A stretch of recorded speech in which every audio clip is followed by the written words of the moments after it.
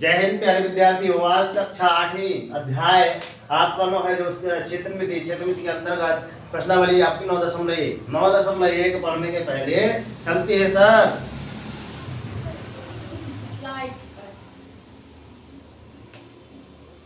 चलिए ध्यान से देखिए क्या लिखा है। अब्दुल कलाम जी का कहना है बच्चों, इंटेलिजेंट वो नहीं होते जो स्कूल में टॉप करते हैं।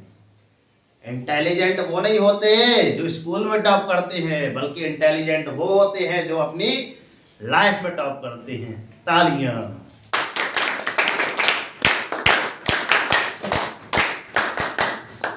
चल तो यहां पे देखिए ध्यान से, एक आपका सवाल है, सवाल एक पढ़ के बता दे रहे हैं, इसको भी थोड़ा सा देख लीजिए, इसको भी पढ़ के बता देंगे बच्चों को। ये है आपकी कक्षा 8वीं गणित। क्लियर? चलिए मैं पढ़ के बता दे रहा हूं। एक मेज के ऊपरी पृष्ठ सतह का आकार समलंब जैसा है यदि इसकी समांतर भुजाएं 1 मीटर और 1.2 मीटर है, तो इन समांतर भुजाओं के बीच की दूरी तथा दिया है समांतर भुजाओं के बीच की दूरी 0.8 मीटर है, तो इसका क्षेत्रफल ज्ञात कीजिए। अर्थात ये आपका एक टेबल बनी है जिसमें हम लोग क्या करते हैं बच्चों, डिनर करते हैं, तो वो टेबल एक आकार ये है। इसको देखने के पश्चात हमको पता चलता है कि सर इसका आकार क्या है। ये प्रकार का आपका समलंब चतुर्भुज जैसे है। समलंब है ना, समलंब अर्थात समलंब चतुर्भुज अर्थात होता क्या है, अर्थात जिसमें दोनों भुजाएं रेलवे की पटरी जैसे हो, एकदम समांतर, मतलब आपस में कहीं जुड़ती हैं, नहीं जुड़ती, टच नहीं होती, ठीक है ना। तो वैसे भी आपकी ये दो, ये पहली समांतर भुजा ये है, दूसरी ये है, जो आपकी कभी टच नहीं होती, अनंत तक जाती है।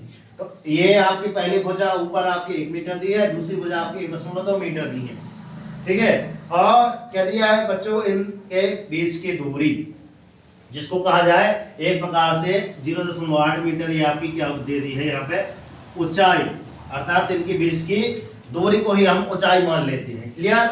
आप चलते हैं, दिया क्या क्या है जैसे हमने पढ़ा, उससे हमको हल करते हैं। तो सबसे पहले क्या करते हैं बच्चों, दिया है एक मेज जिसका आकार समलंब जैसा है, ये नोट डाउन करना आती है आवश्यक है। क्यों? क्योंकि मेज आपकी कैसी होगी, समलंब जैसी होगी, तो बताना पड़ेगा कि सर इसका आकार कैसा है। कल ही हमने एक क्षेत्रमिति संबंधित ढेर सारी चीजें बताई थी क्षेत्रमिति, पिछला वीडियो आप एक बार पहले देख लीजिए, फिर इसको पढ़िएगा। क्लियर? आई वसन में उसमें सारी चीजें समझ में आ जाएंगी। पिछला वीडियो मैंने क्षेत्रमिति के बारे में बताया था।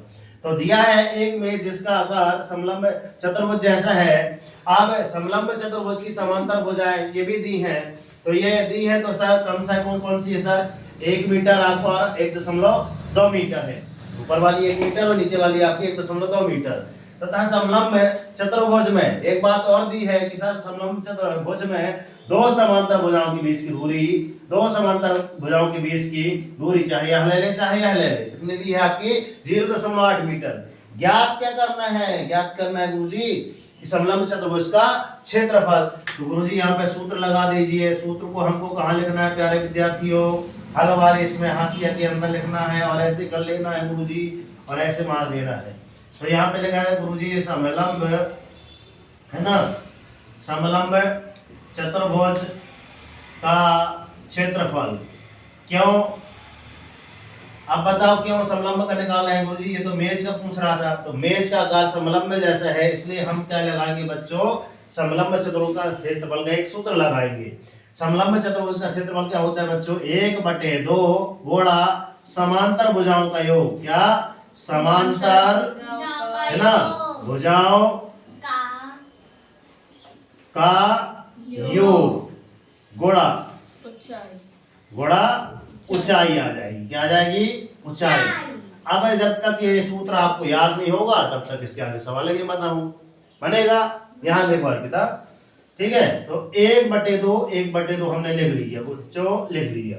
समांतर भुजाओं का योग, सर पहली समांतर भुजा ये है और दूसरी समांतर भुजा नीचे दी है, इनका दोनों का योग कर देते हैं। पहली भुजा क्या दी है, या फिर इनको आप ए और बी के रूप में अगर परिणत कर दे कि सर पहली वाली ए है और दूसरी वाली बी है, और इसके बीच की दूरी क्या है, एच है। क्लियर? तो ये सूत्र ऐसा भी हो सकता है सर गुरुजी, ए धन बी इंटू ऑफ एच। लो अर्थात इसी से ये हमने सूत्र बना लिया गुरुजी। तो 1/2 गुणा ए का मान कितना है 1 मीटर। चलो कोष्टक में गुरुजी 1 मीटर लिख दिए और धन नीचे कितना है बच्चों 1.2 मीटर। इन दोनों को हम क्या कर दे प्लस में लिख के इंटू आप ऊंचाई, ऊंचाई मतलब आपकी हाइट 0.8 मीटर। ठीक है ना, मीटर लिखना अति अनिवार्य है क्योंकि मीटर का स्क्वायर आएगा लास्ट में। तो यहाँ पे देखो अब छोटा सा कच्चा करके कर लेना है इस साइड गुरुजी जल्दी से फटाक से। कितना है 1.2 में एक जोड़ना है, तो यहाँ एक नहीं जोड़ना है, एक यहाँ जोड़ना रहता है। क्लियर? तो आपका होगा गुरुजी 2.2 मीटर। तो हम यहाँ पे ले सकते हैं 1/2 गुणा ये दोनों आ गए आपके 2.2, ठीक है ना, मीटर गुणा आपका 0.8। ठीक, इस वाले में हमने मीटर को हटा दिया, ओनली मान के लिए हमने लिख दिया।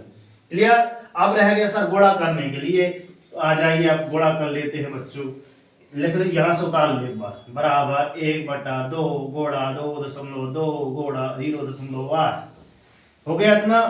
इसको हल करते हैं, देखना ध्यान से 1/2 गुणे इसको हम क्या लिख सकते हैं 22 लिख सकते हैं, है ना। तो 22 लिखेंगे तो गुरुजी ये दशमलव है तो दशमलव का मतलब 1 और दशमलव के बाद एक अंक है तो एक 0 लगा देंगे। आगे जिस प्रकार हमने इसको लिखा तो इसको हम क्या लिख सकते हैं 8 और 8 हम क्या लिख सकते हैं सर 10 लिख सकते हैं क्योंकि दशमलव का 1 और 0। आप यहाँ पे देखो हीरो 0 तो खूब लगाए, वाह हीरो को नाम लेते हुए। ठीक है, आप यहाँ पे रहने दीजिए बैठिए। 2 से गुरुजी काट देंगे, 2 से काटे 2 सर 2 11 22 कटा। और यहाँ पे अभी ये अपन 10 धाम 100 कर लीजिए। क्या कर लीजिए यहाँ पे देखिए ध्यान से, पूरा काटना पीटना नहीं है, दिमाग लगा के।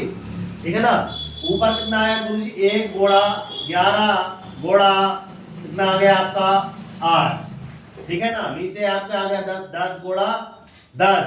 क्यों हमने किया? क्योंकि सर 11 8 88 एकम 88 एकदम सही। बटे में सर 10 धाम 100। अब इनको हमने ऐसे चेंज किया था, अब इसको पुनः चेंज कर दें तो 100 का भाग देंगे, इसमें बहुत 100 का भाग देंगे तो क्या आ जाएगा आपका 0.88।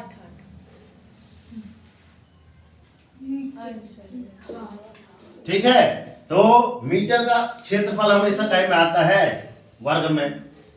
ठीक है ना, तो 0.88 मीटर स्क्वायर। अब वास्तव में गुरुजी ये कैसे आया? तो गुरुजी ये जो लिखा है ना तो इसको सर 0.88 को ना अगर हम इसका दशमलव हटाते हैं तो सर दशमलव का मतलब 1 और डबल 0, इसलिए मेरे हीरो एकदम जो लिखा है वो एकदम सही है। इसके आप उत्तरमाला से इसका चेक कर सकते हैं। ठीक है ना, सही है, आप ज्यादा होशियार है इससे जल्दी चेक कर लेते उत्तरमाला। आई बसन में तो इस प्रकार की विधि से आपको अगले सवाल हल करके लाना है, दूसरा तीसरा चौथा, अगर इतने 3 सवाल आपको करके लाना है, नहीं बनेंगे तो यहाँ पे अगले वीडियो में हम बता देंगे। क्लियर? मिलते हैं नेक्स्ट वीडियो में, तब तक के लिए जय हिंद, वंदे मातरम, भारत माता की जय। कर दिखाओ ऐसा कि दुनिया करना चाहे आपके जैसा। खुद जागो, संघर्ष करो, जब तक नहीं रुकना जब तक कि आपको आपका लक्ष्य नहीं मिल जाए। और डेली मॉर्निंग वॉक अपने एक टारगेट सेट कीजिए। आज का टारगेट है किस प्रकार के आपको 3 क्वेश्चन हल करना है और ये प्रश्न आपसे बनना चाहिए। ठीक है ना, इसको 2 बार हल करना है, एक बार बेल देख के करना है, अपने आप याद हो जाएगा।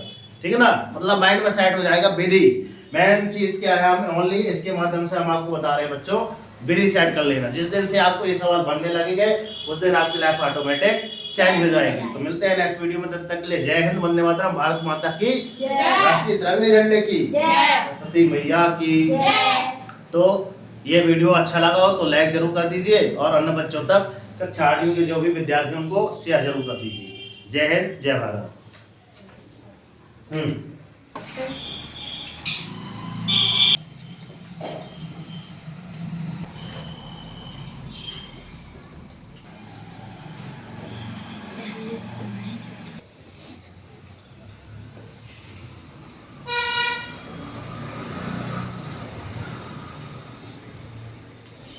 जी